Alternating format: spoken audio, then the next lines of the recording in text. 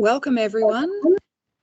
It's just gone past midday, so I think we should kick off. It's great to see we've got all our presenters here today, and we've got a growing audience, and I'm sure that there'll be a few more people joining us over the next few minutes. Goodness me, there's already 46 people in the meeting, which is very exciting. Just to check, can everybody see my slides? I've got a presentation on the screen. Fantastic. All right, so hello, my name's Amy Brown. I'm the Executive Officer of Healthy Greater Bendigo, and I'll be your sort of host and MC today. It's wonderful to have you all here. So welcome to the Healthy Supermarkets Community of Practice, an initiative of Healthy Greater Bendigo and now part of the Nourish Network, which is very exciting. Today we're here to learn together about forming partnerships with supermarket retailers and to hear from some retailers as well as a few others who've done it. So just to alert you to the fact that today's meeting is being recorded and will be made publicly available on the Healthy Greater Bendigo and Nourish Network websites. So if you've got any issue with potentially your face being on the screen, maybe just turn off your camera. In saying that, we'd love to see as many faces as we possibly can.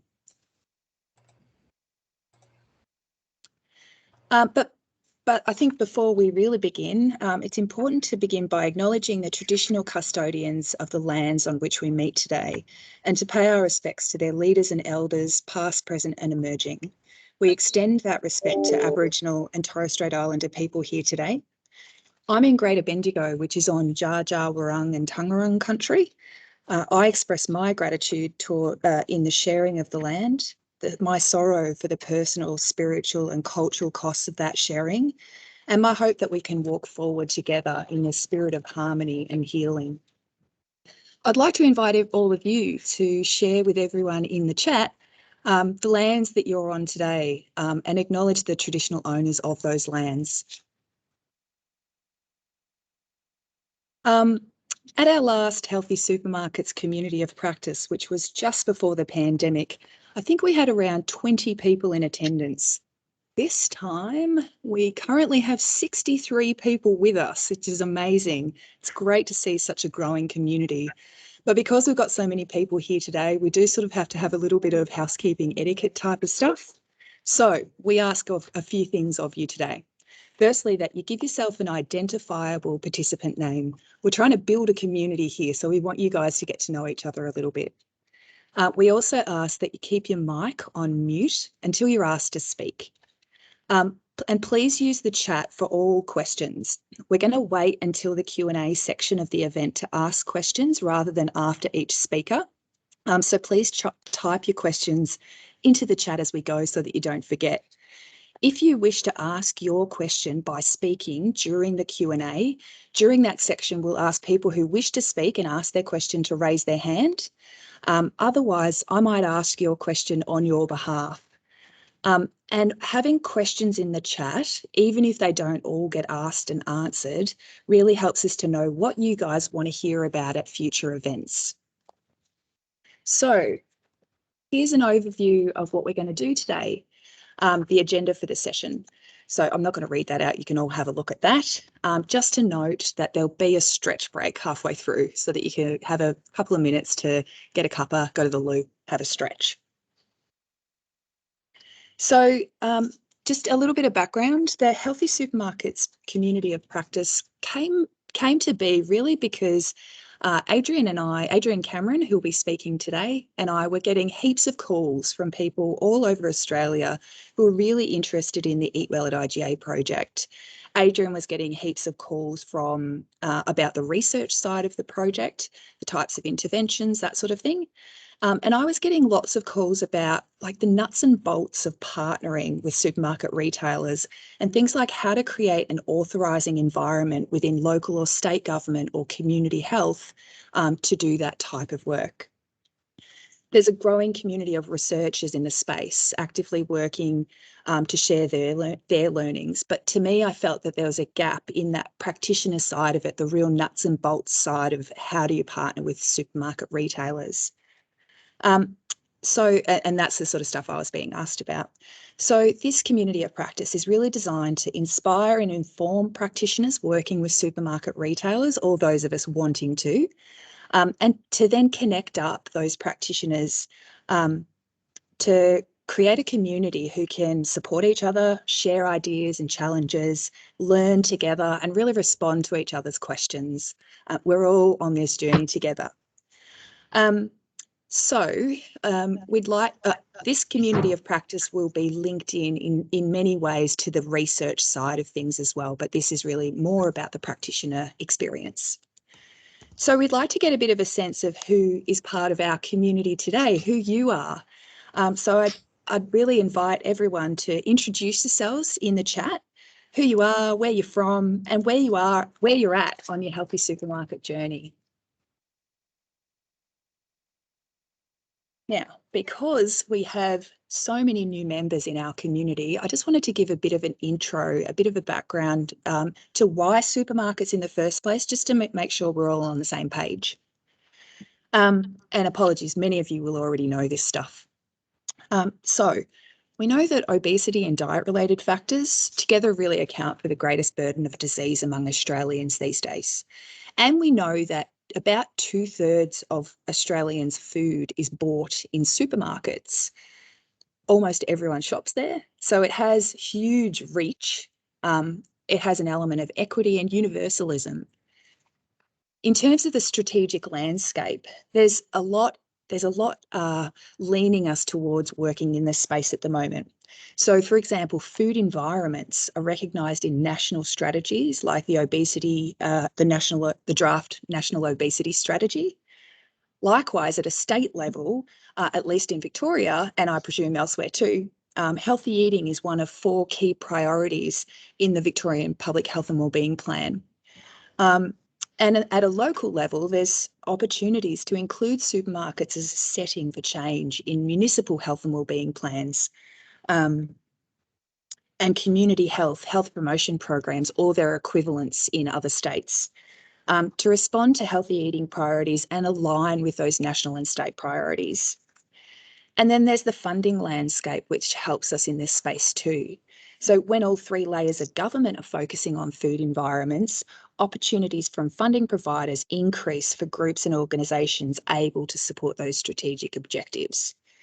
So, for example, Vic Health's Future Healthy initiative is really focusing on healthy food as one of 3 priority areas. So there'll be lots of opportunities coming from that space. And then there's a growing demand, a community movement for better health, sustainability and food security, coming from organised groups like Parents' Voice, the Obesity Policy Coalition and other groups like that, all the way down to groups of kids discussing in their social studies classes whether supermarkets have a role to play in supporting community health and wellbeing. So I'm going to just share with you a 6-minute video. It's a video that features some of these kids, students from one of our local schools, Caliana. Their VCAL students had written letters to key decision makers advocating for change in supermarket environments. I interviewed them and asked them who they wrote to, what they asked for, and why they thought that was important. Now, I hope that you can focus on how amazing these kids are, how smart their suggestions are, and how they get it, as opposed to the terrible editing that you're about to see. So if you just give me 1 second to share my screen, the other screen.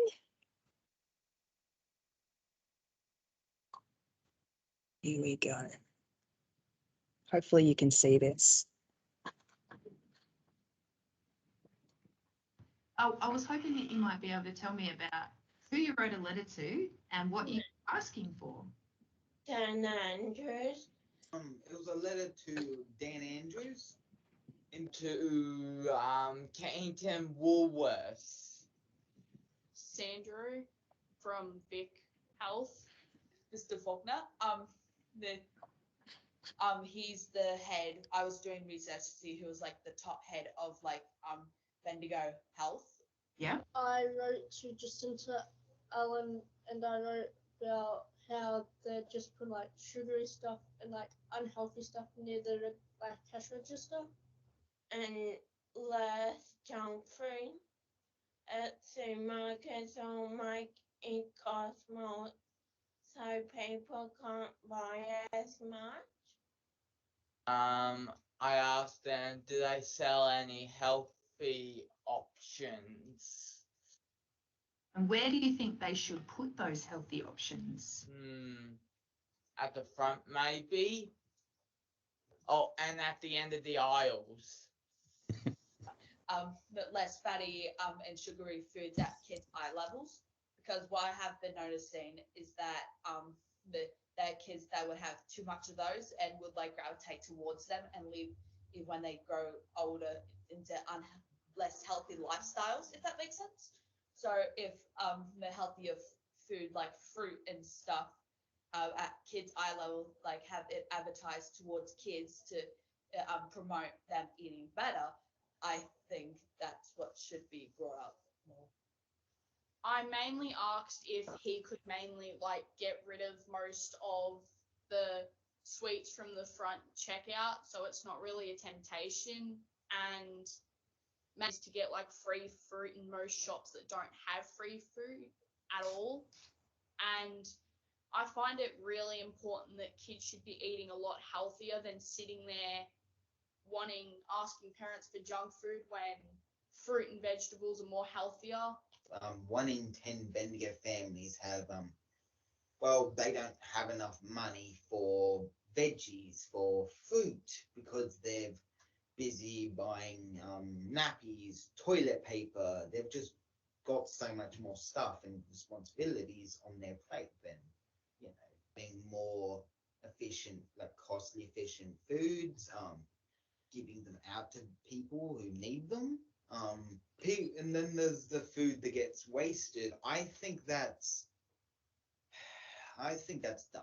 I think that if they should, like, if they're going to get rid of the food, they should be giving them to places like Food Ship, Bendigo Food Ship.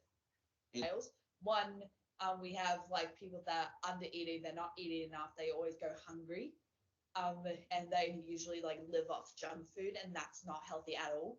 And then on the other end, we have people that eat too much of those foods and become so overweight they have like heart problems and have to be in the hospital.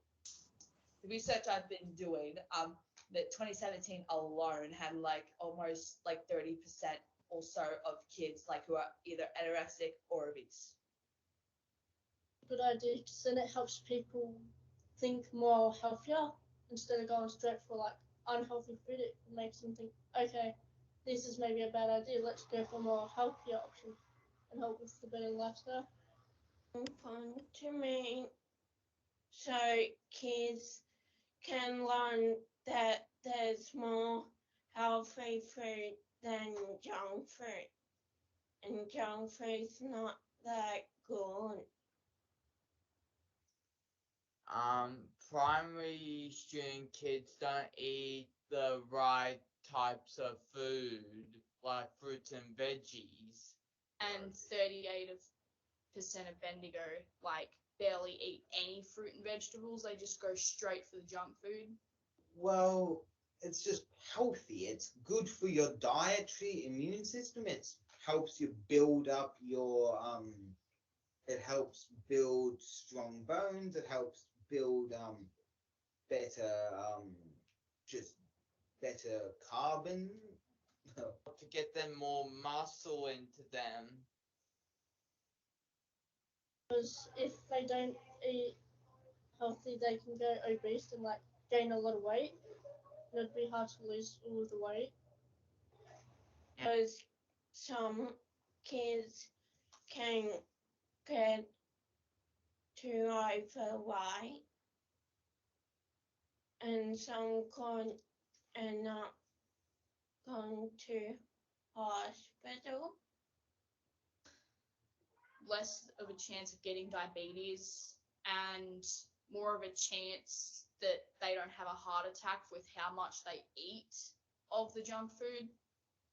If Dan Andrews was here right now, what would you say to him? I guess maybe at least do what you can. I guess try your best to implement some of the stuff. you've done good with keeping us in quarantine. You've done us good in lockdown, but we're still fat. We're still.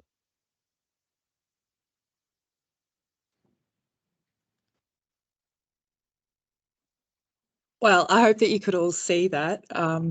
They're students that I've met a lot, so it's lovely to see them really learning and sharing their views about community health. And Caliana School have been absolute champions for health and wellbeing, embedding health and wellbeing information and ideas into their curriculum in so many ways. So a big thanks to them and to Rob for helping us put that together. So I'll just put my slides back up. So to me, that really speaks to the reasons why the community and us health promotion type folks want to see change. Indeed, there's a growing awareness of the importance of food environments for community health and wellbeing and to mitigate and adapt to the effects of climate change. I was really impressed in the video how Sam noticed the health and climate, or he said carbon, co-benefits of increased fruit and veg consumption. And there's increasing evidence that healthy supermarkets can be good for business, along with increasing support for retailers who want to create change. And I think Adrian may speak to some of that today. But how can we increase the pace or scale of change? How can we engage with retailers and form partnerships? And ultimately, what can encourage supermarkets to champion and drive the change themselves? So I'm really looking forward to hearing from Graham Gamble about some of that in our Q&A session. But I thought I'd kick off with some of the things I've noticed, some of the things I've learned, things that are important to me. That's the privilege of having the mic. So some things that I think are worth considering. Who are you approaching and who makes the decisions and what are their motivations? So are you approaching the store manager? Are you approaching the CEO? Are you presenting to the board? Is the person you're approaching someone who can make the decision, or are you working with them to create an advocate or a champion, someone who can be your advocate inside the tent? Can you leverage local relationships, trust, or a common agenda, or the organisation's credibility or public sentiment, or all of these? And if you can't, can you work with others that fill those gaps that you don't have? Is the change easy, attractive, feasible, and good for business? If it's not, it's going to be harder to sell to the retailer. You could certainly rethink or even reframe your approach or proposal, or potentially you could approach someone else like government or investors or others with similar interests to you. How could the economic, funding and financing landscape affect your approach? If you can support the change with resourcing and other support, then it'll be easier for a retailer to take what's potentially considered to be a risk and give it a go. Short-term pilots and trials are also a good way to overcome that type of perceived risk.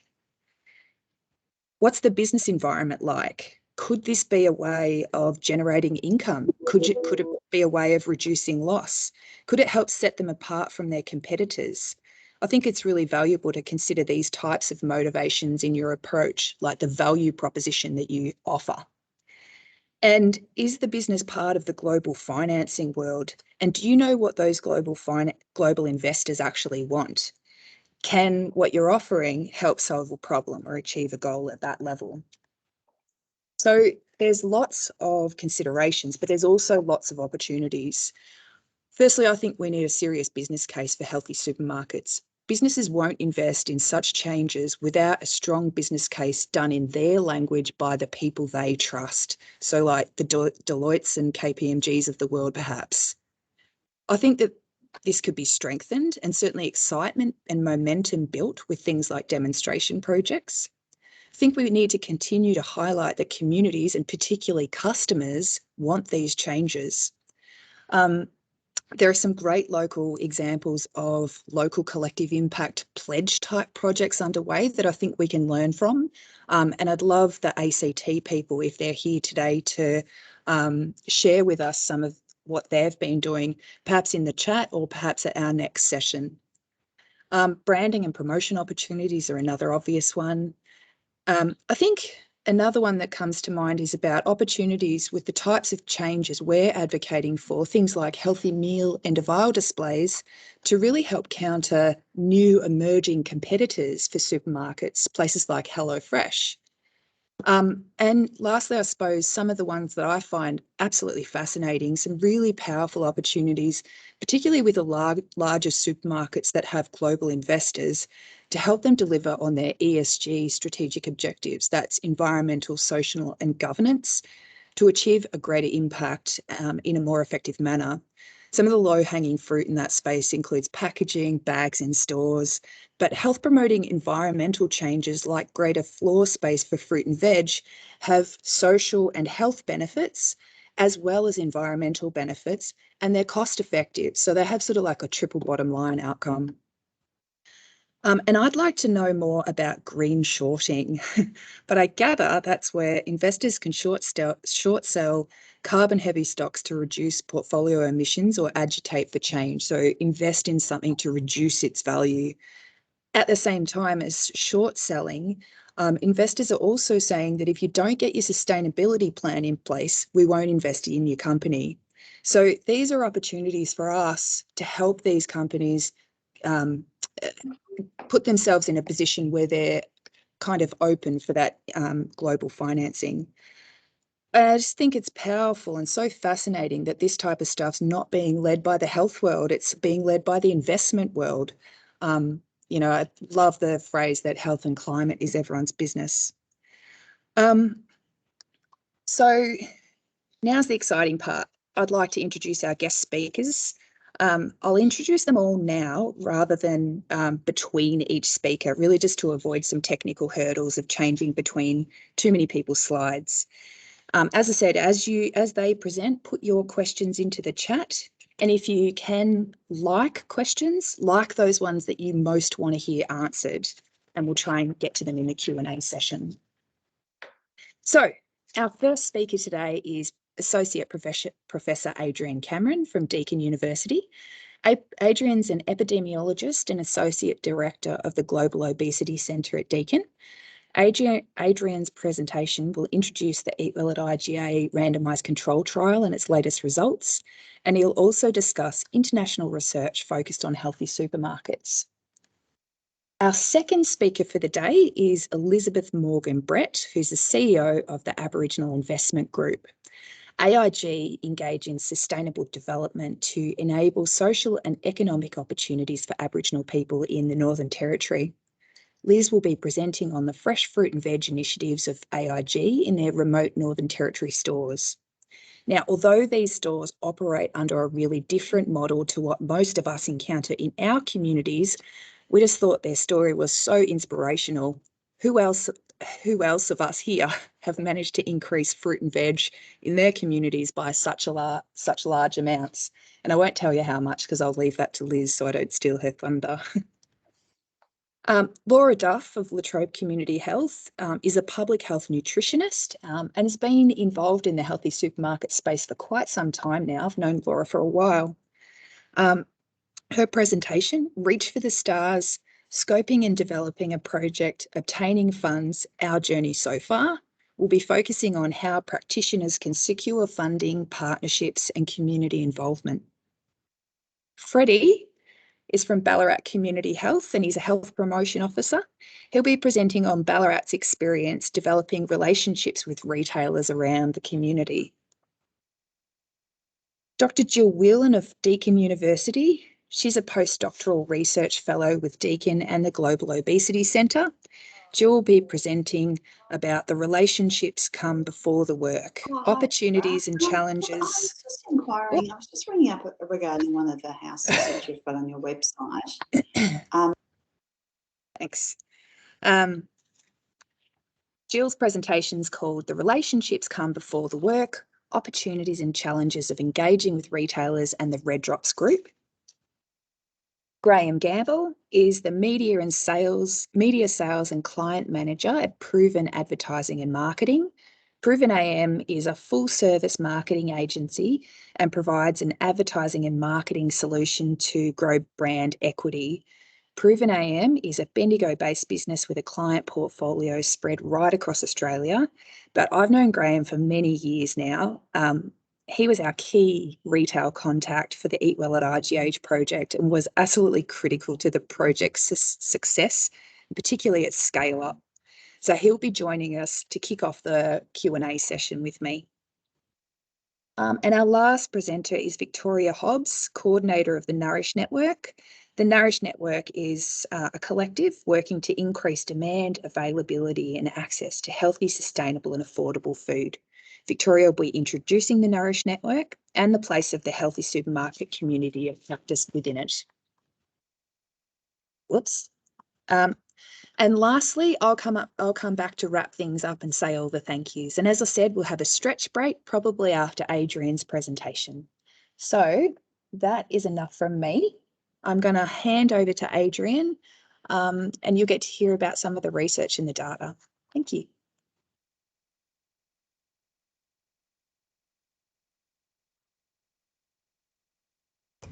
Best I unmute myself. I can't see anyone, so hopefully you can all see my slides there. So yeah, great, thanks Amy.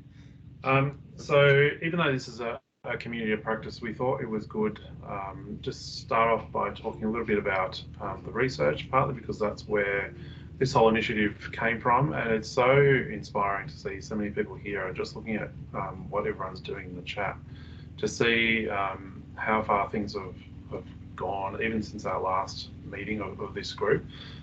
It's clear there's a lot of energy in the area, and so one of the reasons that Amy and I started working in this field, and we did the Eat Well at RGA research trials, was to prove the principle that this kind of work could be good for retailers as well as good for public health. And I guess that's why I'm going to be talking a little bit about the research, because I think that evidence is really important in terms of proving the principle. And I should say that I'm here representing the Refresh Centre for Research Excellence, which is all focused on healthy food retail environments, which is a group of researchers around Australia who are all working not just in supermarkets but all sorts of retail environments. And I would definitely say that our work in supermarkets was one of the key drivers of that Centre for Research Excellence developing. So Amy's touched on this already a little bit in her talk, but as a researcher I like to put up a diagram here. And just to point out the key role of food retailers in terms of what we eat. You know, they're really the interface between the food system and the customer, and it's where all of these marketing techniques of influencing product, price, promotion and place, that's where they all happen, is in the food retail environment. And so that's why I see, and I think all of us see, food retail as being really important place to focus our efforts. So here are some statistics from the Food Environment Dashboard, and I'd encourage you to look at that if you haven't seen it already. And these are statistics on what Australia's supermarket food environment looks like, and this is why I guess we're all here, because we all see that it needs to improve. We see unhealthy food disproportionately promoted at our checkouts, at end of aisle displays. We see the policies of the major supermarkets in Australia in relation to nutrition promotion really leaving a lot to be desired, and particularly in terms of price promotions, both in terms of the types of food that are price promoted, but also the size of the discount. All of these elements of our supermarket food environment are biased towards unhealthy food, and really that's why I started being interested in this work. But Australian supermarkets are actually doing a lot to promote healthy eating as well, despite those statistics. And there's a few of the different initiatives that their different supermarkets have got going on at the moment. Some of them are more effective and more sustainable than others. The one that I've bolded there that I wanted to particularly highlight is a trend which, as Amy said, this is being driven not by public health at all, but I think has really important public health implications, is the trend towards new store formats with real focus on fresh food. You know, when you come into the store, the fresh food area is getting bigger, it's more prominent, and that's all driven by business outcomes. And it's great to have Graham here with us today. As Amy said, we've worked with Graham for a long time, and he's really taught me a lot about the business drivers of retail decision making and why this is a trend in retail. But I think there's very little evidence that I'm aware of from a research perspective on the impact of these larger store formats. But I think it's has big implications on what people are buying, what people are eating. So that's a really positive trend. So I'm going to talk a little bit about the Eat Well at RGA project that Amy mentioned earlier. But just to point out that there are Eat Well at RGA follows on and coincides with some other really important supermarket research that's gone on in Australia. There are a couple of trials from Deakin working with Coles around price discount skill building interventions with some mixed results there. But also in a slightly different context up in Northern Territory in Queensland, the team from Menzies, led by Julie Brimblecombe, who's now at Monash, have worked with Alpa to do a range of trials over a long period of time, focused on merchandising and changing the price and placement and promotion of food to take that bias away from discretionary food and more towards the healthy food. And they've produced some really excellent results from that as well. Just to point out that there are some other supermarket research going on in Australia, but it's also, you know, there's a few trials there, but really not many considering the importance of supermarkets in our food system.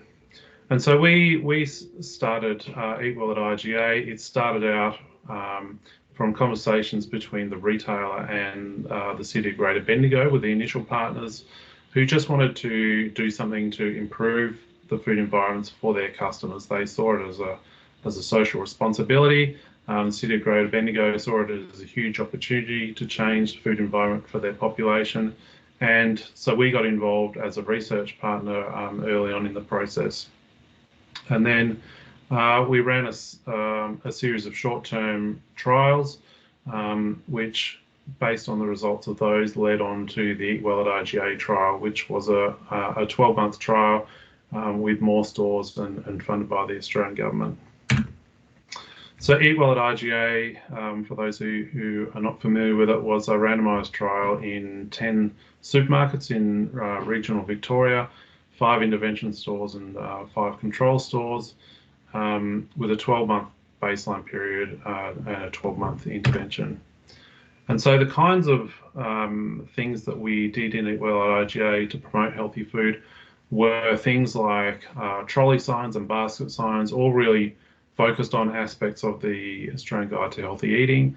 We used shelf talkers or shelf wobblers.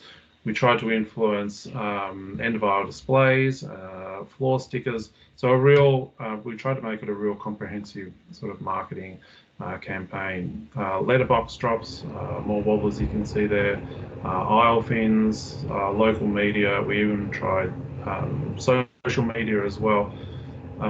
So it was a big effort over 12 months. So just for those of you who are interested in what we actually did, and I'd say this was a trial funded by the NHMRC, which allowed us to do this much. But these are the numbers of shelf tags for high health star rating products, shelf wobblers, aisle fins, healthy posters, particularly in the fruit and veg section, trolley and basket signs, and the numbers of letterbox deliveries we did. We also put quite a bit of effort into social media on Twitter and Facebook, and even though not that many RGA customers use Facebook or Twitter, it was a really effective way of making the project known, also particularly among the research and health promotion audiences. And the intervention wasn't static over time. We changed things around, and We tried to improve and expand the intervention as we went along. These are the graphs of the numbers of shelf wobblers and numbers of posters, and we tried to refresh and improve things as we went along. So I'm just going to quickly go through some of the results of the trial. In terms of what customers thought, we surveyed nearly 500 customers, and they were really positive about the trial. We asked them about all the different components, and nearly all of them they rated as something they really liked. 94% of people thought that IGA should continue these efforts, and a small number of people said that they were shopping more often at the IGA intervention stores because of the initiative. So it was clear that the customers really like it. There was really no negative feedback at all from customers. Staff were also very positive as well. Of the around about 20% who had received direct customer feedback, that was almost universally positive.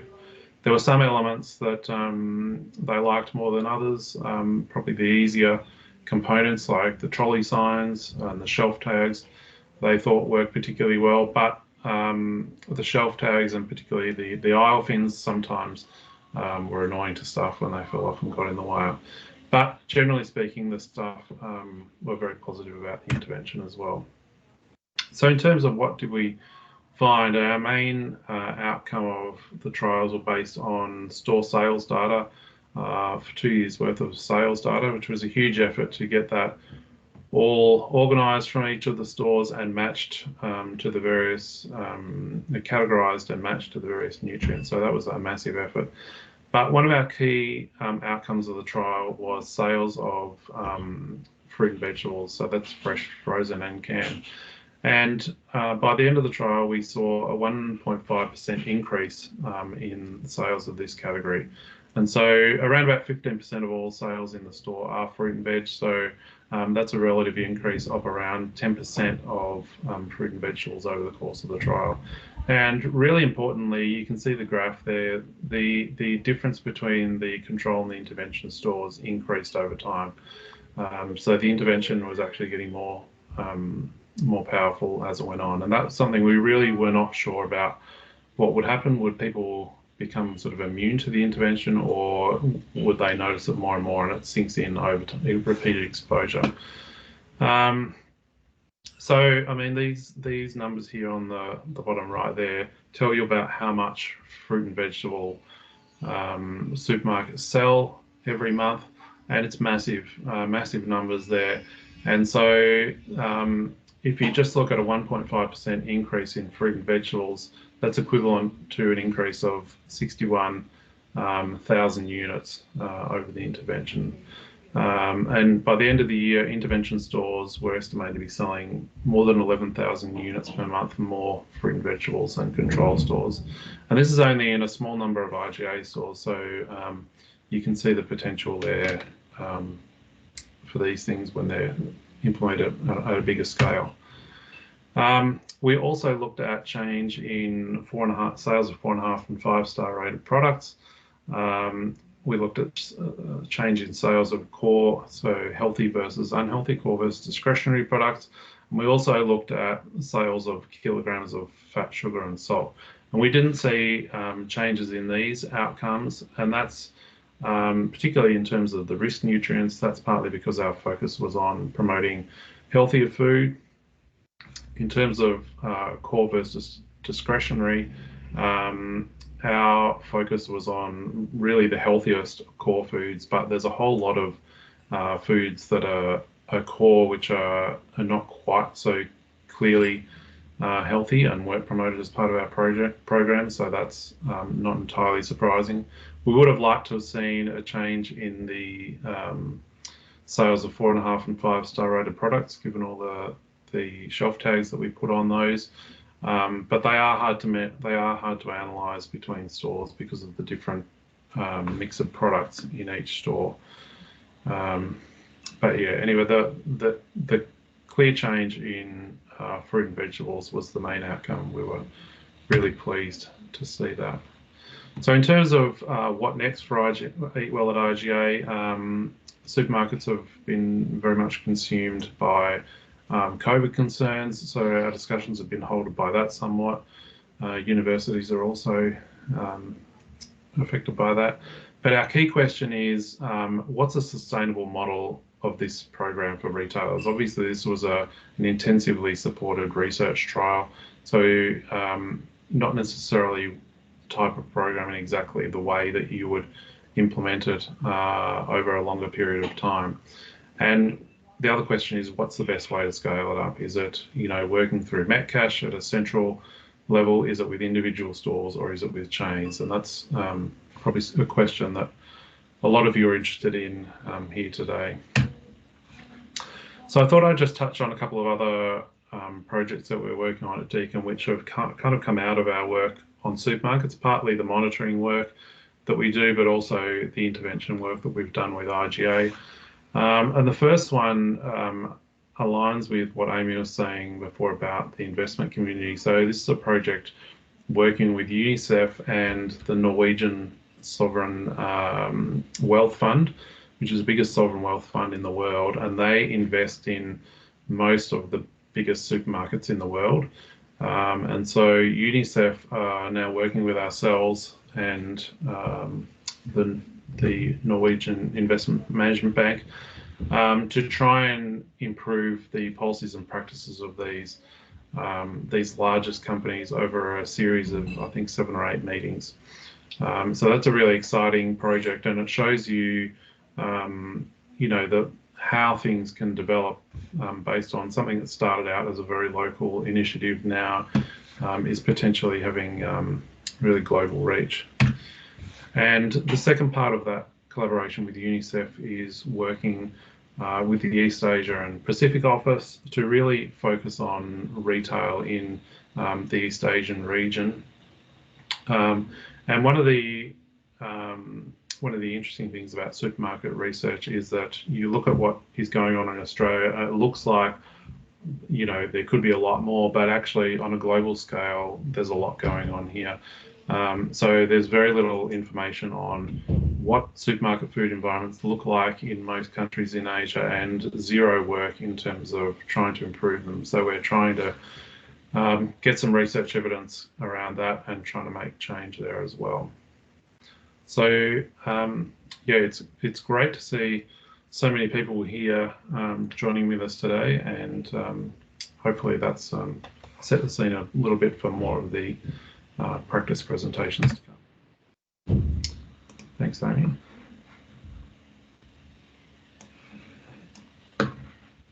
Fantastic. Thanks so much, Adrian. I always love hearing about all the Eat Well at IGA work, but more so about where to from here and all the things that are happening internationally and that we can learn from.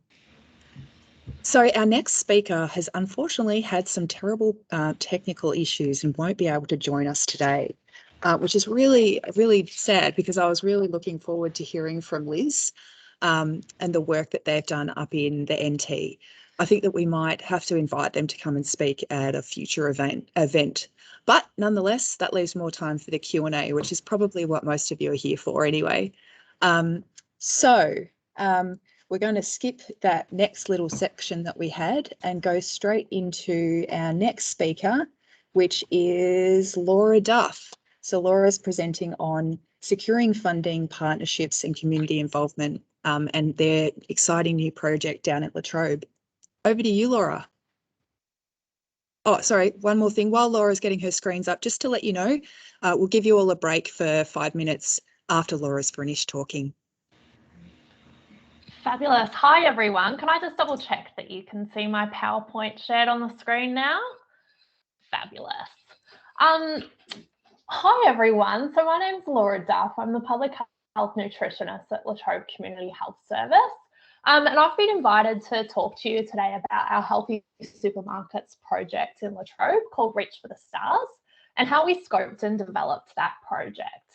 I'm a health promotion practitioner, like many of you in the audience today, and I think often that how and that getting started piece is some of the hardest parts of our work.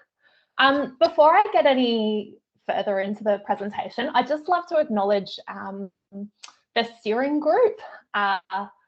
So members from Latrobe Health Assembly, We Are Latrobe, Central West Gippsland Primary Care Partnership and community representatives, because I'm here on behalf presenting on their work.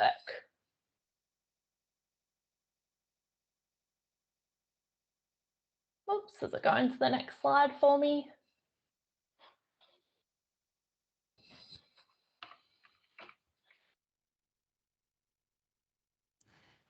No, Laura, it's stuck on that first one for some reason. My internet might be a bit slow. Oh, there we go. Beautiful. Sorry about that, everyone. Just a little bit of way of background. We work in Latrobe Valley, which is about 2 hours east of Melbourne. It's a rural regional location here on Gunnar-Kurnai land. And we're actually home of Australia's first health innovation zone. Unfortunately, we do have a number of poor health outcomes in our region. So you can see some of those statistics on the screen. And that meant that we were really excited when we heard about the work of Eat Well, IGO, Bendigo and some of the other healthy supermarket initiatives. We just thought that working with supermarkets as a setting is just so incredibly clever. It's where we're making our decisions about what foods we're buying and therefore what we're going to eat. And we could see that there's huge potential for scale and reach across the community because everyone shops at the supermarket. So we knew that we wanted to work on a healthy supermarket project and that there was strong support for this as well. But we needed to recognise that there were some risks involved as well. So we needed to gain more of a thorough understanding before we could jump headfirst into such a large project. So it might just be a lag again. So we decided to complete a scoping project. So the scoping project essentially was like a feasibility study, and we just wanted to address a few key considerations, like whether there was interest from the Latrobe community and whether there was interest from local supermarkets as well, and to come up with a project model. So we did a couple of different things. First of all, we established the steering group, and that had organisational representatives as well as community members. And that core group led this work of the scoping project. We also completed some more research. So I did a literature review on past healthy supermarket initiatives, looking at the different types of interventions that's been used and what has and what hasn't been successful. We also did a lot of community consultation in the form of focus groups with Latrobe shoppers. These focus groups were independently recruited to, so they were completely independent, and we had a focus on some people from a low SES background so that we were making sure we were getting to those who needed it most. We also developed some resources, so particularly some of our in-store marketing materials. And then once we had all of that information, we started to do our stakeholder engagement with supermarkets. And that was through the form of seeking expressions of interest. Now, all of this information from our scoping project informed our project model. And that meant that we had a project which aligned with best practice, the needs of the community. It was feasible to implement with supermarkets. So it meant that we had a much stronger business case going forward for getting funding.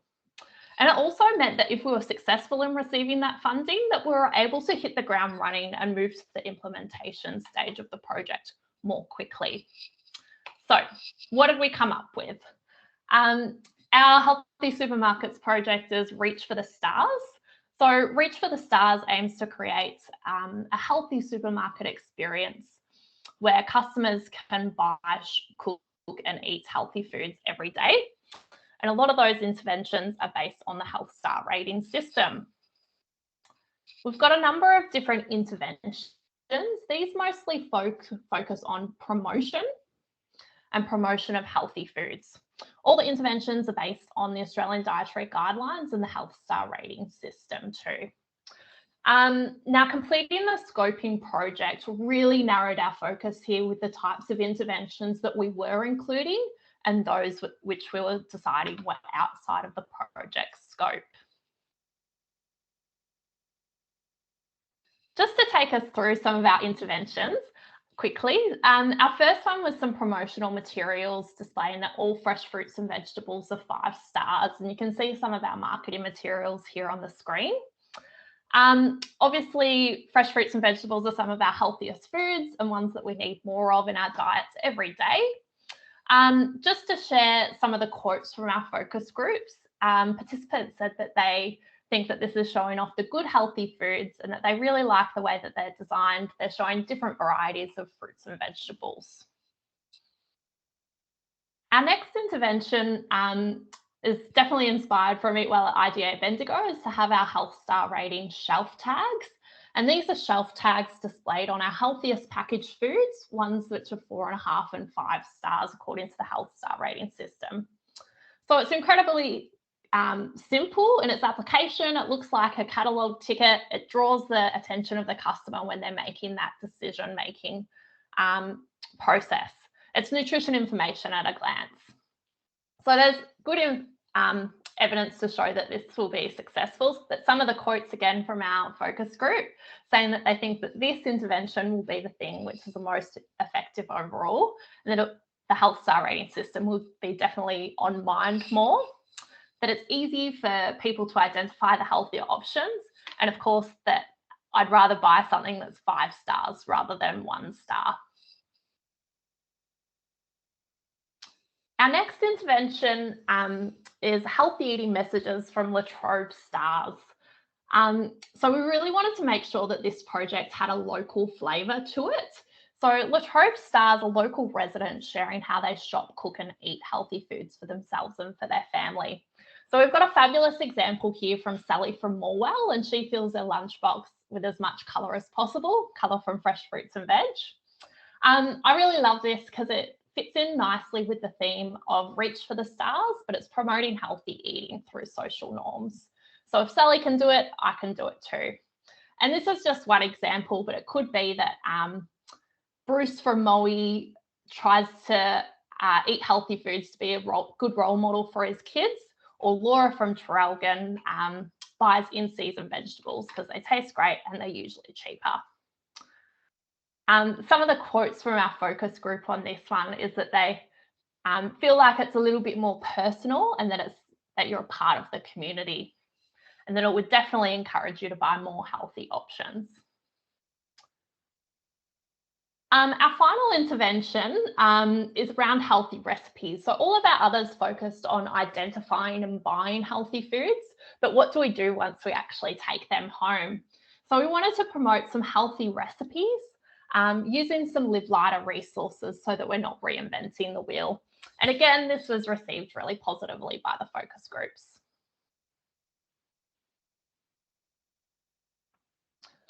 So what have we learnt by doing the scoping project?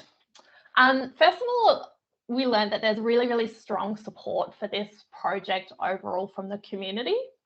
I've got some of the quotes, key quotes from the focus groups here displayed on the screen. I think that middle one is my favourite. The other thing that we learnt is that there's strong support from supermarket retailers as well. So we had 7 out of 9 of the independent supermarkets expressing medium to high level of interest in working on this project with us. And we had some interest from major supermarkets too. Supermarkets told us that they were interested in working on a project like this because they wanted to support customers and community. They saw that it was benefit for promotion of their business and also a point of difference to competitive supermarkets as well.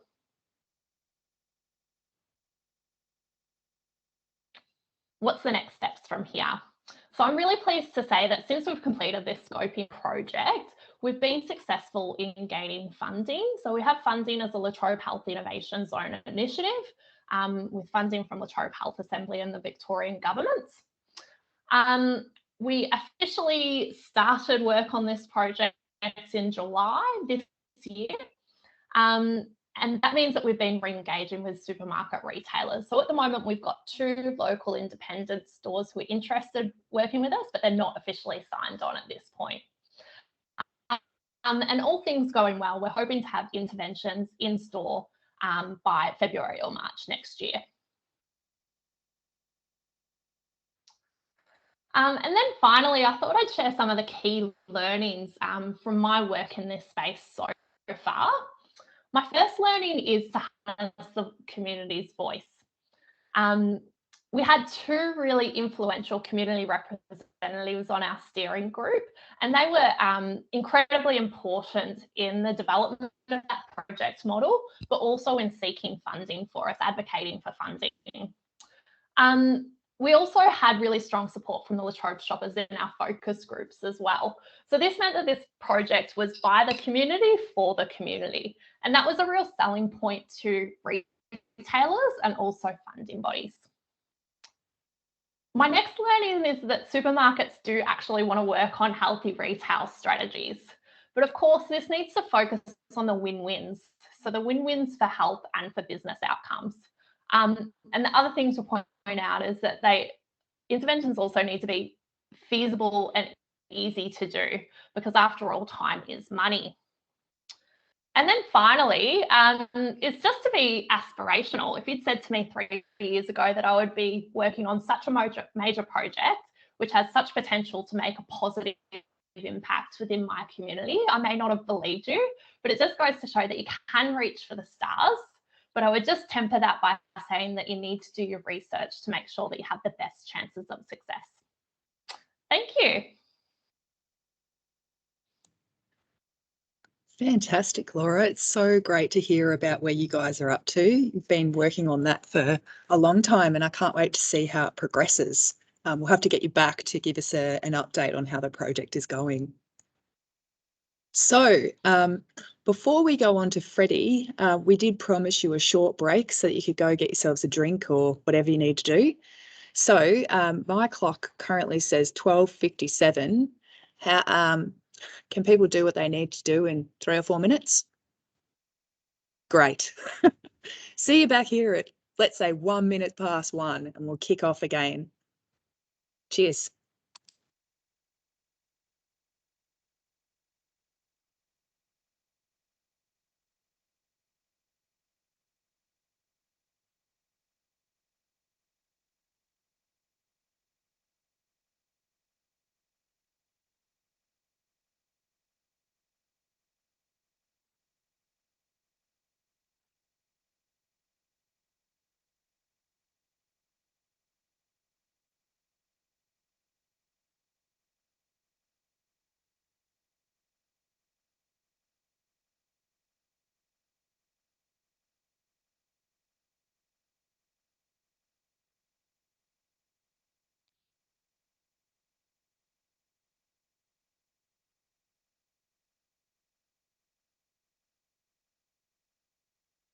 Hi, Amy. Just wondering if you can see my slides.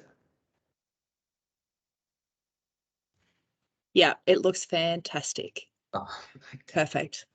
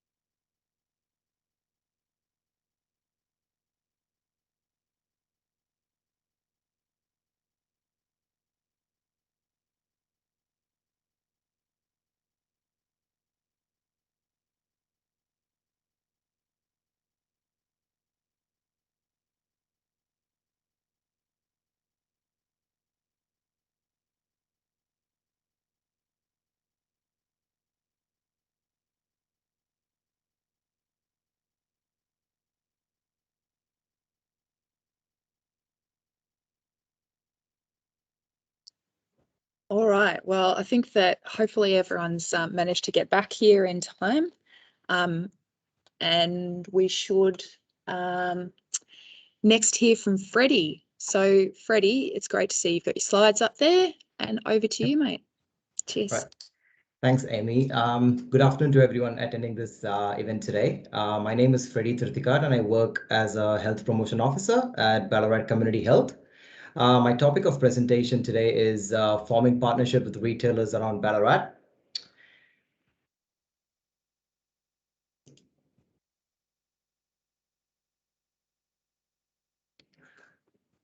Firstly, before getting into the topic, I would like to talk a bit about our project. It's called the Eat Well, Feel Good Ballarat project. It's a 9-week pilot project that was carried out in partnership between Ballarat Community Health and Ryan's IGA Ballarat. The pilot project was carried out in 3 of the local IGA supermarkets here. This healthy supermarket project was inspired and adapted from the Eat Well at IGA Bendigo project. The main goal of our pilot project was to test and trial interventions to engage supermarkets to promote healthier food and drink choices using the Health Star rating system and a health promotion campaign designed to increase the ease for customers to identify and select healthy options. Our intervention strategies included in-store promotion by using banners, flow stickers, shelf wobblers, recipe cards, fridge stickers, etc. And off-store promotional campaigns such as websites, social media posts, and media like TV and newspapers.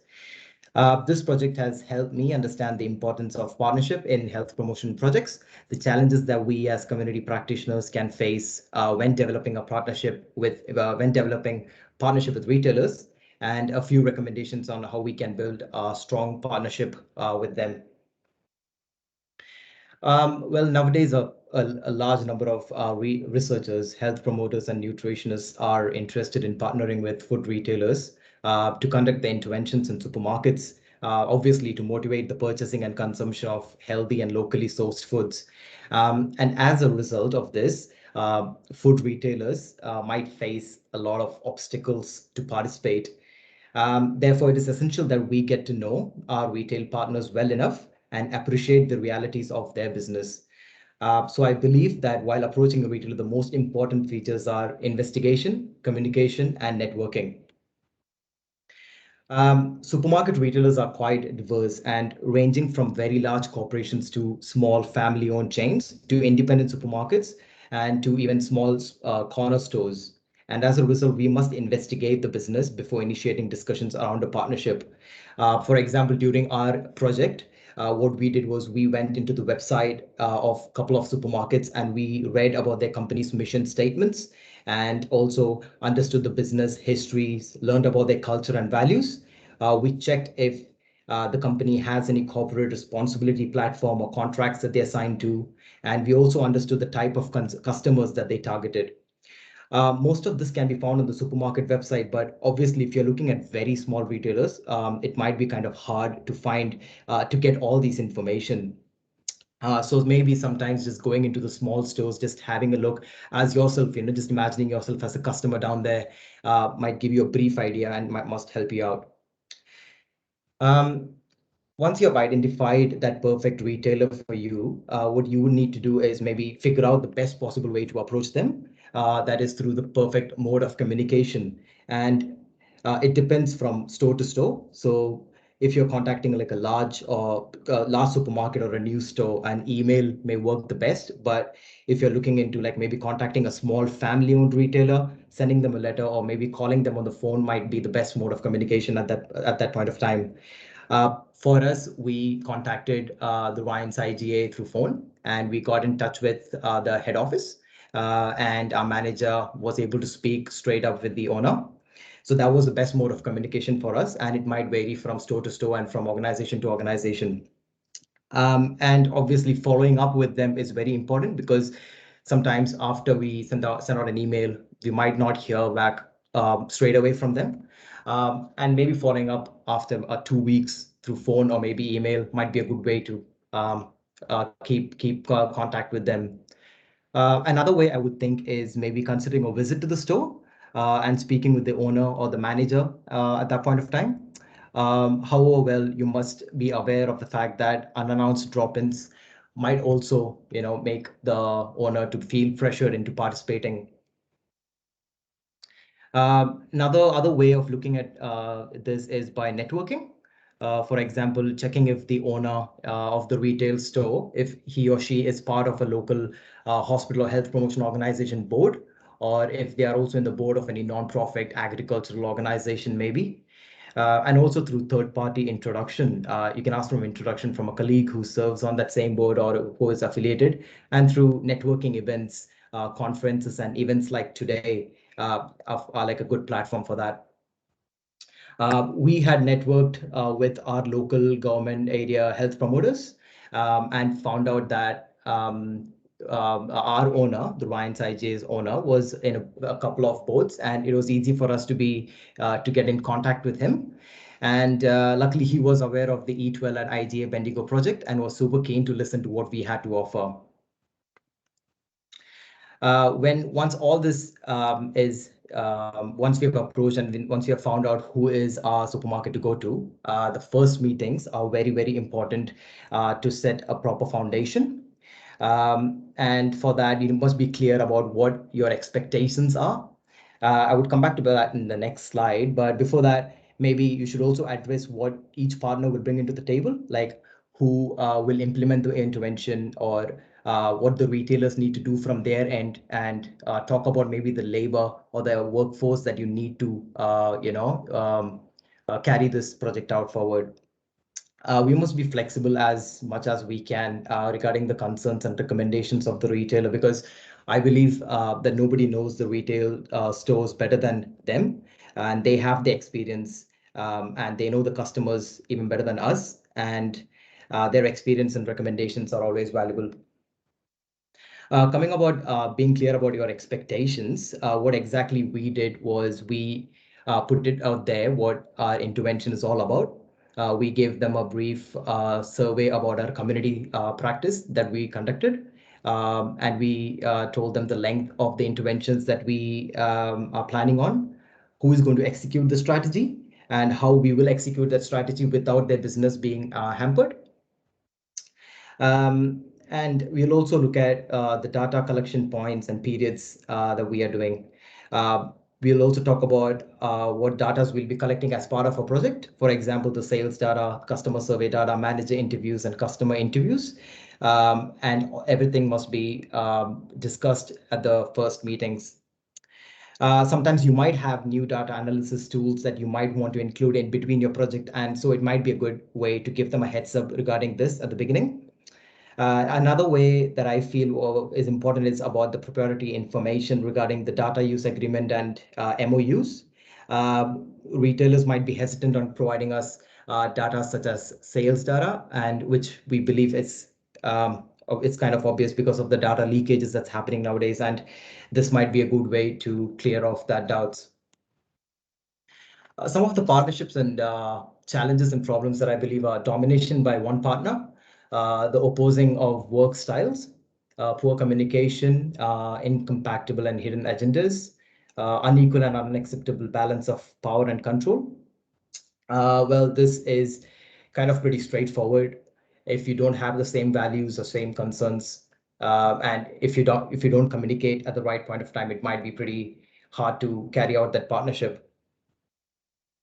Key successful steps that we used in order to develop that successful partnership with Ryan's IGA was because we had the same shared concern about the community, the same respect and trust with each other, mutual agreement, flexibility to know what each other wanted. For example, they had a certain set of interventions that they wanted us to try out in the store, and we accommodated that into our intervention plans, and building a realistic time for building this partnership. And that will be all about forming partnerships. Thank you.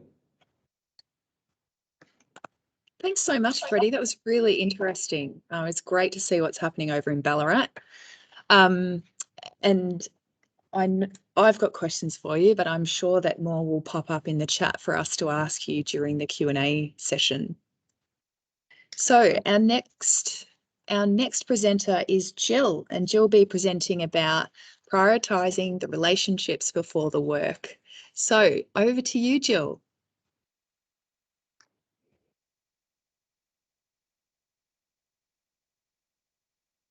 Whoops, our first casualty of the day. You seem to be on mute.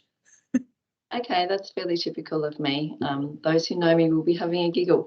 I was saying thanks to Freddie and Laura for really providing such an in-depth, detailed process that they've gone through. It's really exciting and really useful to hear that.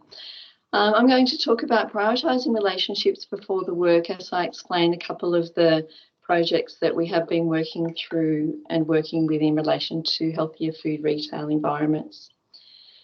The first one I want to talk about, or the main part of the work I'm going to be talking about today, is around exploring factors that impact healthy eating and active living in rural parts of Victoria. This work was conducted in Alexandra, which is a small town about 140 kilometres away from Melbourne. Around 2,500 people live there, and the CEFA is a little bit lower than the average population of Victoria. Importantly, there is only one supermarket in this town, and it's a Foodworks supermarket, and it's owned by the Red Drops Group. The Red Drops Group itself owns 18 supermarkets across metropolitan Melbourne and rural and regional Victoria and New South Wales. The nearest large supermarket from that town is around 70 kilometres away. This is what Alexandra looks like. If you haven't been there, it's adorable and you should go. I miss not being able to get there. In talking about engaging with the Red Drops Group, it sort of happened a little bit serendipitously, really. This work was started as part of an NHMRC funded trial, which is Respond, across 10 local government areas. I see on the call there are several people from Respond, so hello to you guys. The aim of that whole project is around healthy eating and active living in children. The methods that we use in this project largely revolve around systems thinking and community-based systems dynamics, but to not be technical. It's called group model building, but it brings together a really diverse range of stakeholders into, at that time, a physical room, but we're now doing it with online rooms. And we held one of these workshops in Alexandra. The local stakeholders invite these people because we don't know them. We're researchers and we have our role to play, but it's the local community that knows who are the key players and who are the movers and shakers and the people with power and influence in the community. So school leaders, school members, kindergartens, parent groups, sports groups, community groups, all sorts of people are invited to attend the group model building workshops, and there's a series of 3. As has already been mentioned today, Australians usually purchase about 70% of their food from supermarkets. So obviously it's an important part of the process to get some supermarket representation to attend these sessions. And we were able, through the local partners, invite 2 senior managers of the Red Drops Group. So the senior manager and the local manager came to our 3 group model building workshops. Basically, that's a facilitated discussion of the factors that impact health in the area. I'm not going to talk about the causal loop diagram in detail, but this is what comes out of that method. And it is the factors and the connections that are underpinning the problems around childhood healthy eating, physical activity. On the next slide here, I've highlighted all of the things that relate to food consumption, and therefore healthy eating and food supply, food retail access. So you can see from that causal loop diagram, food retail is incredibly important and a really important systems driver to get into. So within this process, we really place a strong emphasis on co-design. So within the 3rd group model building workshop, we asked stakeholders to identify where they have the power and influence to act. Lots of ideas come out of that, but the supermarket manager identified 2 things that they would do to start with, and other things would roll from there. So it's a little bit more informal than the two presentations or several presentations we've heard from so far today. And this is why my emphasis is on the relationship. So these supermarket people were saying, we'll do some things. We'll move bananas close to the checkout. So that's actually a really big thing for this supermarket, because the fruit and veg is actually located way at the back of the store. So they did that and formed a partnership with the local CWA members to run cooking classes in store and have a display of the products that the CWA cooking people were using at that time. So are these evidence-based programs? I put on my researcher lens and my implementation science lens and go, oopsie doopsie. No, they're not evidence-informed programs or processes, but what we are doing is building relationships to enable further work to happen. And to me, that is our first and most important step. And also we have discussions of, yeah, we could have got the sales data of bananas to see what happened and so on. But COVID came and we have all seen supermarkets that look a bit like that. So to not lose the incredibly important relationship that we had built with the Red Drops group, we asked them if we could use this time that we had set aside to explore the impact of COVID-19 on the food supply and the food purchases into that rural community of Alexandra, Victoria. Again, I don't intend to talk through the causal loop diagram, but what happens here was that they were able to indicate to us 5 different stories about how they had been impacted by COVID-19 in a very different way to how the media had portrayed the experience of panic buying. There was a lot more going on. We also did the same with customers and asked them the same types of questions. And again, they told us these 5 distinct stories that were impacting their purchase behaviours during the time of COVID. And it wasn't that they wanted to have a pantry full of toilet rolls. There was so many really important stories. This work has been published if you're at all interested in finding out more. One of the things that was so powerful to us, though, and has resonated through a few pieces of work I've done in rural food supply to date, is that there is immense local loyalty. Statements like use it or lose it were just really, really common. So although out shopping is a reality from rural communities into the larger centres, there is also a captive market, for want of a better phrase, that people live locally and they want to keep their local money inside the local community because they know how important that is. So there is immense potential to work in rural and regional areas to change with the supermarkets the health promoting environments within these. Does co-design, co-creation work? I get asked that a lot. Healthy Stores 2020 is one example of where a co-creation theory of change has been trialled. Adrian mentioned this earlier. Within that trial, they were able to show improved business outcomes as well as improved health outcomes in reduction of sugary beverages and so on. The last thing I wanted to point you to was how we are building on this co-creation and co-design principles into a framework of change. And there's lots more work to be done and lots more things we can talk about in the future about this cyclical process of working with retailers to change over time. Thank you very much for your time today. And I'm really bad at stopping to share. I'll see what I can do. Have I managed to stop staring? Not quite, but I'm sure everybody is loving the dogs as well as just as much as I was. Have they gone? Yes, you're all good now, Jill. Thank you. Good. Love my puppies. Well, thank you so much, Jill. It was really great to hear about those sorts of, you know, the real nuts and bolts of how do you maintain the partnership, particularly in a time of stress and change So I think that was really, really interesting. Thank you for sharing. So we're going to change it up now. And before we hear from our last sort of formal speaker, Victoria, we're going to have a bit of a Q&A, and we're going to kick this off with Graham Gamble from Proven AM. Graham, are you ready? Hi, yeah, ready to go. Fantastic. Well, you and I had a bit of a discussion about some of the things which we thought that the audience here today might. Amy, I just want to change up and please.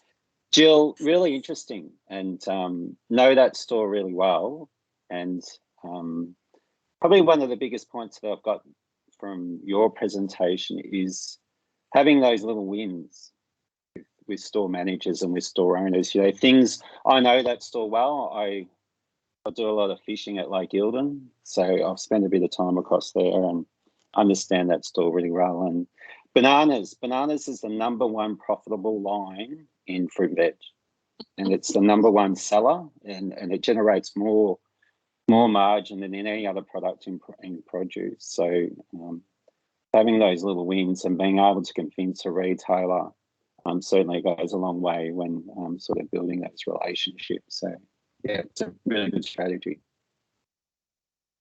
Thank you. Graham, do you want to give the audience here a bit of a 2-minute intro about who you are and why we've invited you here today? Yeah, so Graham Gamble, currently with Proven AM, which is a local advertising and marketing agency in Bendigo. Started in this role about 2 years ago, but prior to that, I was 28 years in supermarkets. My role prior to coming on to Proven, I was the marketing merchandise manager for IGA with the Champions Group, and they were what they call an MSO, which is a multi-store owner of independent stores in Vic. They had stores regional, sort of Bendigo, in Geelong, Nagambie, Whittlesea, down at Bacchus Marsh. So I was managing their marketing, but I was also managing their merchandising. So basically, my main objective one of my main roles was to manage all the negotiations with suppliers, manage the categories within the store, basically decide on what we stock and what products we put on the shelf and where those products go, and also very much managing the supplier agreements, the influence that suppliers have on what products that we sell, managing promotion, managing what products go on displays.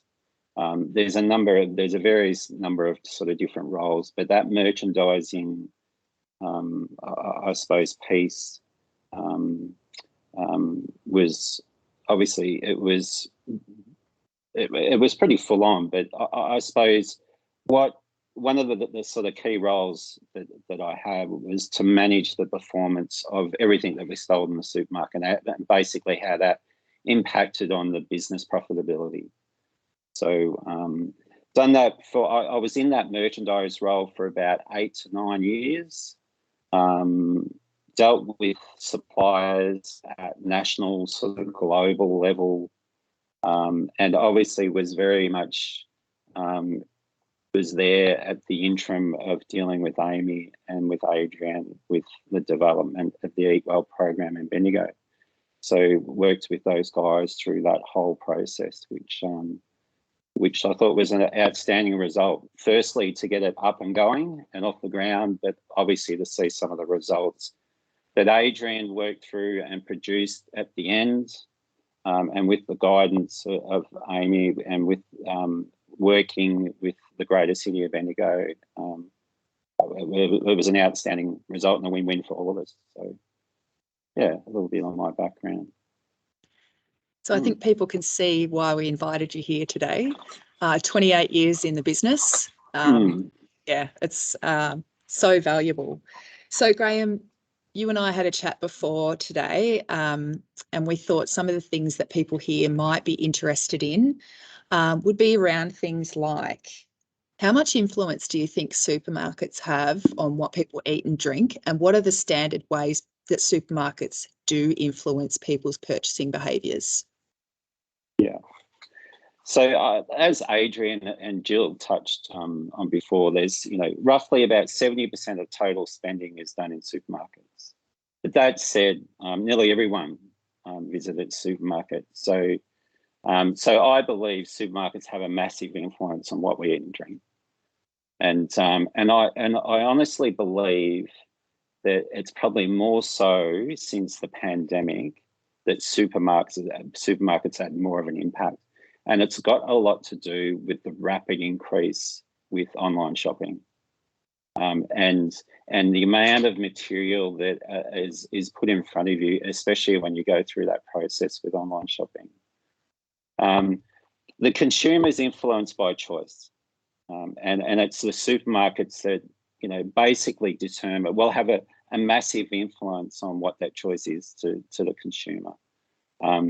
And it's also got a lot to do with, the influence is very much is by the amount of marketing that's, potentially put in front of us.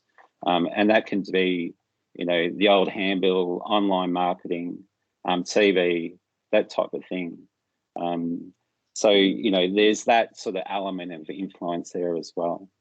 But there's a number of factors that determine what supermarkets range. And a lot of it's got to do with the difference between your sort of corporate stores, which are your Coles, your Woolies, your Aldis of the world, and then you have your independents. Now, your corporate stores, your Woolies, your Coles, which are about 65% of the market share, and then you have Aldi that are about 10% share. Those stores don't get a choice on what they stock. It's all governed by category managers, people that sit in head office that look at data, pretty well every day of the week, and have those negotiations with suppliers that determine what stores stock, and that's all pushed down. Stores are provided with planograms, so there will be a bay in the soft drink aisle, and this is exactly what needs to be positioned, or these are the lines that you must stock based on the negotiations that are done at head offices. And that range is determined by what range is available by the warehouse. So choice has a massive influence on what the consumer can purchase. But those types of decisions at those offices or at those head office levels is all based on data. It's all based on relationships with suppliers and key stakeholders, but it's also based on any sort of strategies that businesses have in place. And what I mean by that is there may be, certain key sort of numbers that a business or a group want to hit with regards to their fresh food, total fresh food sales. It might be to do with their home brands or sort of corporate brand strategies. They may want to have, 5% of the total tinned fruit sales going to home brand. There's those types of, strategies that change from time to time that could potentially impact on that. And hence, what products will be available within a certain category. One of the things that, and I've sort of mentioned this to Adrian and to Amy, and the thing with supermarket retailing, it's very much, and a very strong mentor of mine taught me this very early in the game, but supermarkets very much like retailing, real estate. Every single sort of square foot of space within supermarket retailing is treated as real estate. You have a product, it's put in that spot, it pays the rent, and to pay the rent, it's got to sell. If that product doesn't sell, it's not paying the rent.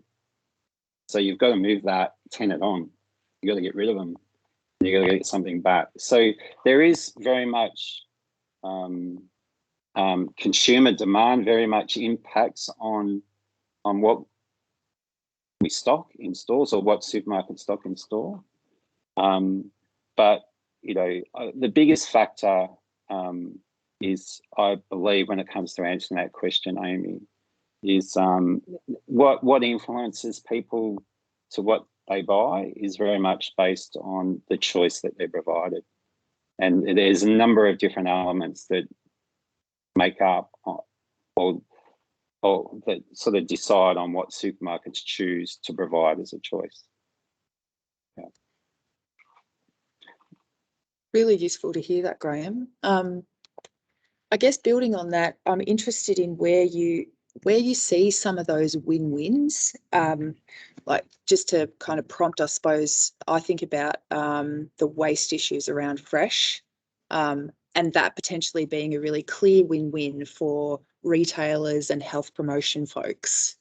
Can you talk about where you see some of those win-wins for retailers and health and wellbeing? Yeah, so a lot of the benefits associated with providing those additional healthy choices in store. One is customer perception. Yep. You know, that sort of corporate responsibility, you know, providing those healthier options in store when it comes to products ranging, that type of thing. That's very much a part of it.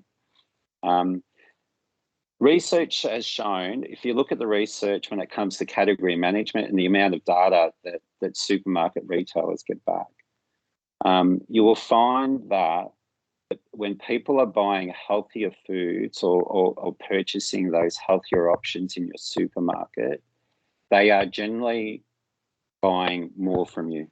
They're generally what they call a full basket shop. Okay, so they're generally buying their fresh foods, but then they're also buying, you know, their grocery shop and doing the majority of their weekly shop with you at that point. So that's a massive benefit. And one of the other biggest advantages that retailers look when it comes to providing those healthier options, especially when it comes to fresh foods, is fresh foods generally provide a higher margin. Okay, if you were to look at Vegemite, you get a retailer gets about a 7 to 8% margin on that product. If you were to look at fresh meat, you know, fruit and veg, it can be anywhere from 25s to a 40% gross profit margin on those products. So it's in their best interest for the supermarket retailer to push that. And it's what they call the higher average basket. So one of the big key indicators that retailers look at every week, or pretty well every day, is they're trying to drive that average basket, which is how much each shopper spends each time they go through the till. And if they're generally buying fresh foods, they're generally buying more products from you. Some of the barriers associated with healthy foods is risk. Yeah. So fresh foods are generally, a lot of fresh food is perishable. Will only last for so long. Will only last in the fridge for so long, on the shelf for so long. And not only does it only last for so long, it's only you know, in that presentable sort of state for even a shorter time. So there's an element of risk.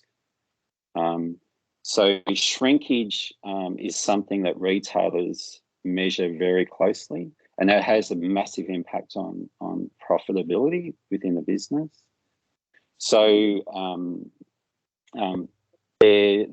you know, ideally, supermarkets would love to go and introduce a massive fresh food range within their stores because it delivers a higher margin.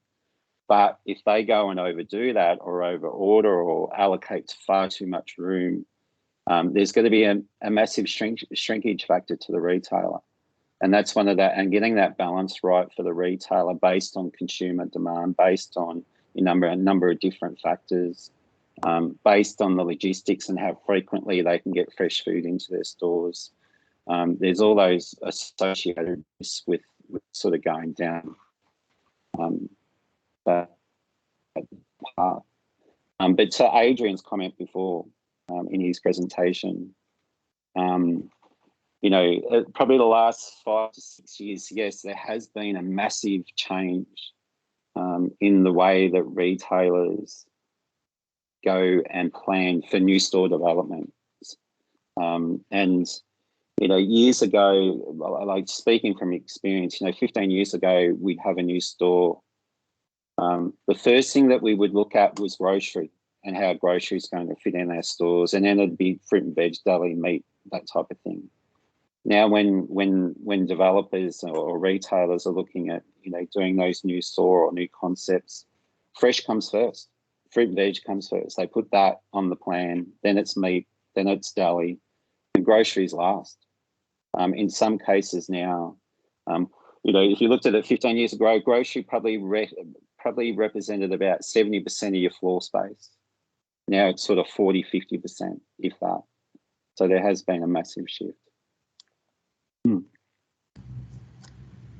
Can you give us I think you've given us some hints about this, but in terms of if we as a community of health promotion people are looking to approach retailers, can you give us a bit of advice on sort of where to target our efforts and potentially different types of approaches depending on the type of retailer that we might face? So maybe bigger or smaller or independent. Yeah. Yeah, but my advice would be to, if you're to look at supermarket retailers, my advice would be to approach your independents, and even to the point where Freddie's done it with Ryan's, and Jill's spoken to the guys at Alexandra, is to approach those opportunities with MSOs, and work through the process, because they can make those. They're in a position to be able to make those decisions. I believe it's very difficult to do that with the bigger chains, with the likes of Coles and Woolies, but it's about establishing, potentially establishing those opportunities with those independents and those MSO groups. One of the things that that sort of convinced me back when we developed the Eat Well in Bendigo concept was obviously you got to do your research, and minimising risk and how it's going to add value. How is it going to add value to the business?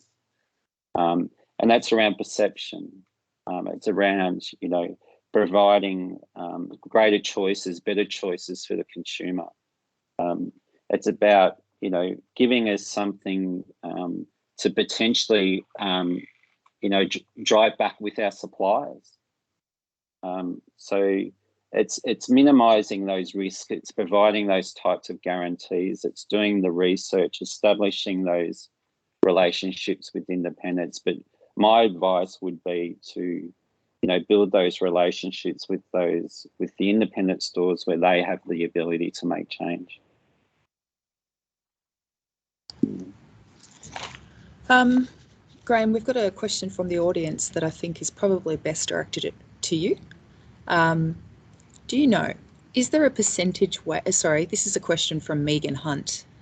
Do you know, is there a percentage weighting on local or regional products, produce artisan-based products to a specific store, be it corporate and or independent? No. Those choices, I think there you'll find those types of strategies. I think you'll find that most MSO don't have a percentage on what they believe they need to be regional versus national, international. I think you'll find definitely with the independent stores, there's very much a bit more of that community sort of orientation around supporting local suppliers. But when it comes to a percentage, I don't believe there is. Well, there certainly wasn't when I was doing the merchandise realm. And I guess one more question for you, Graham, before we open the floor to all the speakers from today, including you, if there are more questions for you. A question from Maddie Heenan, which originally was directed at Adrian, and he's given his perspective in the chat, but I'm going to ask you too, Graham, because I think it's a great question. So Maddie's wondering if IGAs or other retailers, whether you think that they would support regulations or guidelines containing the type of interventions that were trialled through the Eat Well project, i.e. requiring signage, requiring a certain amount of space for fresh fruit and veg, and restricting the placement of unhealthy foods away from checkouts and end of aisles. Do you think they'd support that as a way to create more of a level playing field with the big retailers? I believe a majority of retailers would. I believe there's been, and I've seen, and I have a number of IGA retailers who are clients of mine and just cannot help themselves to talk shop. There has been a lot of focus or a lot of discussions that I've had with retailers around, displaying those healthier type options or even those cooking type options on front ends on displays versus the Coca-Colas and the Cadburys and the Smith's chips of this world. I think there's very much been more of a focus and a shift on providing those healthier type options on displaying screens at impulse areas like checkouts. I believe if I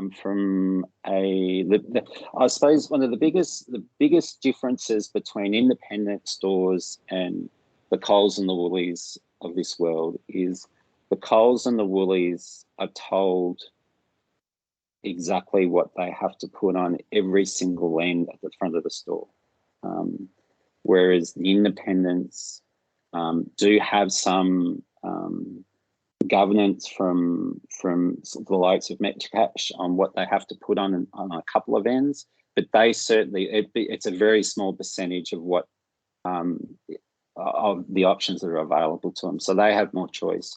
And I think there would be a number of retailers out there that would support those types of regulations to assist with those guys, especially at store level, to what they can, providing those healthier type options in store, definitely. It's fantastic. Thank you so much, Graham. It's been really valuable to hear your perspective as an actual retailer, rather than the rest of us trying to understand the world, a different sector to what we work in. So it's just so valuable to have your insights today. Stick around, there might be a couple more questions for you. But I'm going to open the floor now and ask some questions to some of our other speakers. We've got only 5 or 10 more minutes, so we won't get through them all, but we'll just pick a couple and we'll save them for the next time around. And it'll help to inform how we focus the next Healthy Supermarket Community of Practice event. So Adrian, question for you from Gavin. Gavin's just wondering, with the 10%-ish increase in purchasing fresh fruit and veg, whether there was a equivalent decrease in purchasing unhealthy food. And before you mention that or answer that directly, I just thought maybe it's also worth talking about how we framed that when we were talking with IGA about our intentions around increases or decreases. Thanks, Amy. So I guess the first thing to say is that increase was as a percentage of total sales. So by increasing fruit and vegetables, you are decreasing some other things.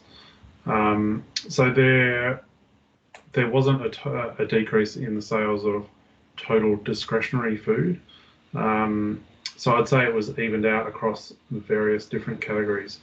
The 10% sales increase in sales of fruit and veg, that was a 1.5% increase in the total store sales. So it went from, say, 15% to, say, 16.5%. So, that increase will be offset by a decrease in a number of other categories, I would say, including unhealthy products. Fantastic. And to kind of put some framing around that, we didn't intend, like, there was not a direct overt intention of decreasing sales of anything within that project. It was all about promoting healthy food and increasing sales of that. And the potential change in discretionary foods was a complete side effect of increasing sales of healthy foods, right? Cool. Yeah, I think that's right. Thanks, Amy. Thanks, Adrian. Okay, question for Jill. Do you think that the type of co-design or co-creation approach that you took in your project would work with larger chains? Hi, so I've just listened to Ted, and so I'm going to go with my gut first, and then I'm taking a lot on board from Ted. So I understand all that. So at the moment we have in Deakin a PhD student that is doing co-creation in supermarkets as her PhD. So we approached Coles and Woolworths, and Coles said no, absolutely no, not interested, go away. But Woolworths are talking with us around the theory of it. So who is involved? Who are these stakeholders that we are talking about in co-creation? So they are much more interested in having a conversation, and they want to trial something. So we actually want to work through the theory and get the model right before we put something into play, but they actually want to jump to the do, and I'm not quite sure why. So I think I am much more comfortable and much more happy and much more confident in working with Red Drops that we will get real change, and less confident that we will do something with Woolworths. But also, I think until we really take on Coles, Woolworths and Aldi, we're not going to get the population level change that we have to get. So I think we have to try. And with larger supermarkets, I think it is policy, it is a bit of co-creation, it is multiple things bringing them together. So a mixed response there, Amy. Really interesting. Thanks, Jill. All right, one final question before we hand over to Victoria. And this one I think is a bit of a combination question for any of our speakers can jump into this one. So through the Eat Well at IGA project, we were incredibly fortunate that IGA shared their sales data with us under very strict conditions, of course.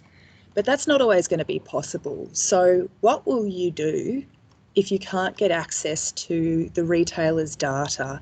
What other methods could people utilise to assess success or failure in their approaches? I might start with Freddie, because it was Freddie's presentation that made me think of that. Yep. Thanks for the question, Amy. Well, if you're talking about a scenario where we can't completely, get them to give us their sales data, maybe we look at something what Graham was saying. With IGA, they have a space where they can use their own plans at times. So maybe if we can get, ask them to set up a separate planogram for us, so that we can actually assess the flowchart of what product is moving and what's not. So that can be something that I feel can be an alternate if we can't we can't get them to give us the sales data. Adrian, analysing the sales data was a mammoth effort. Not everybody has the capacity to do that. Can you think of other ways that we can, as a community, assess the impacts of the work without requiring that type of data and expertise in data analysis? Yeah, thanks, Amy. I guess I was thinking exactly the same thing that you said then, is that getting the sales data is one thing, actually analysing and interpreting it properly is completely another thing. And so you do need a lot of, skills and statistical help to do that properly. But there are different levels of sales data. We were looking at the individual unit record data and matching to nutrient data and to products, but you don't have to do that. Graham will tell you that the retailers themselves get routinely their category data, and so you can potentially get don't need unit sales data, but you can get category sales data, which is much easier for them to get and probably much more interpretable. So that's probably what I would recommend, because when you don't have the sales data, if you're just getting like customer perceptions, something like that, or self-reported food frequency questionnaires or whatever, there's a lot of measurement error there. And so I think if you can get something that resembles sales data, but it doesn't have to be a real detailed, statistical process to do that. Fantastic. Well, I really appreciate everybody contributing their questions for this Q&A. And if your question didn't get answered, don't despair. We've kept a record so that we can sort of use that to shape the next community of practice session that we have in the future. So the last presenter that we have today, just a quick wrap-up presentation, is from Victoria Hobbs from the Nourish Network. Victoria, over to you.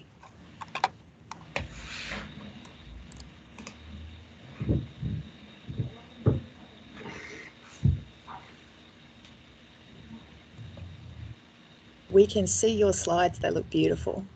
Brilliant, thank you. A bit like Jill, I was trying to find the mute button. So yeah, thank you very much for having me. Thank you to Healthy Greater Bendigo for your welcome today, and to all the presenters, such inspiring stories, and also to Graham, some really great insights there. So my name is Victoria Hobbs and I am the coordinator for the Nourish Network. Thank you, Amy. We're really excited to be working with the Healthy Greater Bendigo and Healthy Supermarkets community of practice, and to help support the work you're all doing with supermarkets and communities to offer healthier food. To give you a little brief background about the Nourish Network, Nourish is a multi-sector collective working to increase demand, availability and access to healthy, sustainable and affordable food. The Nourish Network is an initiative of Deakin University's Institute for Health Transformation and is led by Professor Anna Peters. Our vision is to support a vibrant food retail system that nourishes communities and supports a healthy environment. And our mission is to coordinate and harness cross-sector connections between retailers, researchers, policymakers, and practitioners to collectively transform food retail. One of our goals is to create shared value for businesses and society by increasing demand and access to healthy, sustainable and fair food. So as you can see, our objectives align very well with this community of practice. Our scope of practice is food retail, and the work of Nourish is done via action teams who work to identify a gap in the area of healthy food retail and create a program of work to fill it. Please check out our action teams on the project section of our website. I might skip through this one. I think I was going to address what is a community of practice, but I think everyone here is really aware of what a COP is, so I might just jump through. Today we've heard from people working in this space across really diverse sectors, and this is a community of practice in action. So how does Nourish Network and Healthy Supermarkets Community of Practice intersect? The Healthy Supermarkets Community of Practice joined forces with Nourish Network in June this year, as both organisations saw great alignment in our shared purpose of supporting communities, health promotion practitioners and retailers to move to healthy food. It was felt that sharing of information with a network of interested professionals would be efficient and effective and would promote best practice of this work in both Victoria and across Australia. Really practical on-the-ground implementation of research is not often discussed in research forums or in peer-reviewed publications. The Healthy Supermarkets Community of Practice is focused on practice-based research translation with retailers, and this complements the research focus of the Institute for Health Transformation and the Global Obesity Centre really well. Nourish Network is proud to work with Healthy Greater Bendigo and exchange learnings between us in both policy and practice. So please visit our website. The Healthy Supermarkets Community of Practice page is noted here, or get in touch if you have any questions. You can also follow Nourish Network on Twitter or LinkedIn to keep up to date with news on healthy food retail. Thank you. Thanks so much, Victoria. We are so thrilled to be now part of the Nourish Network. I think it really sort of puts the Healthy Supermarkets community of practice within a broader structure that enables greater support, greater connection, greater alignment. So it's fantastic to be part of that. So thanks, Amy. Finally, it's mainly just a few thank yous and then I'll let you all head off. So firstly, thank you to everybody who helped promote this event. We were thrilled by just how many people turned up today. As I said, it's about a 5-fold increase on the last Healthy Supermarkets community of practice that we held, which is amazing. I really, really want to thank the presenters from today. You all did an amazing job, and it was wonderful to hear from such a diverse group of speakers. Really sad that we couldn't have Liz from the Aboriginal Investment Group join us today, unavoidable reasons, and we hope that she can join us next time. I really want to thank Matt Moylan. Many of you would have had contact with Matt. He's done all the legwork for this event, all the organising, and has just put in a power of effort to make this happen. And lastly, thanks to you, the audience, for coming along today, asking such insightful questions and just broadly being interested in this space where we see so much potential for change. So just following on from today, we will make, pending just checking with all the speakers, we will be making the slides and presentations available today, and we'll email everyone here with the link.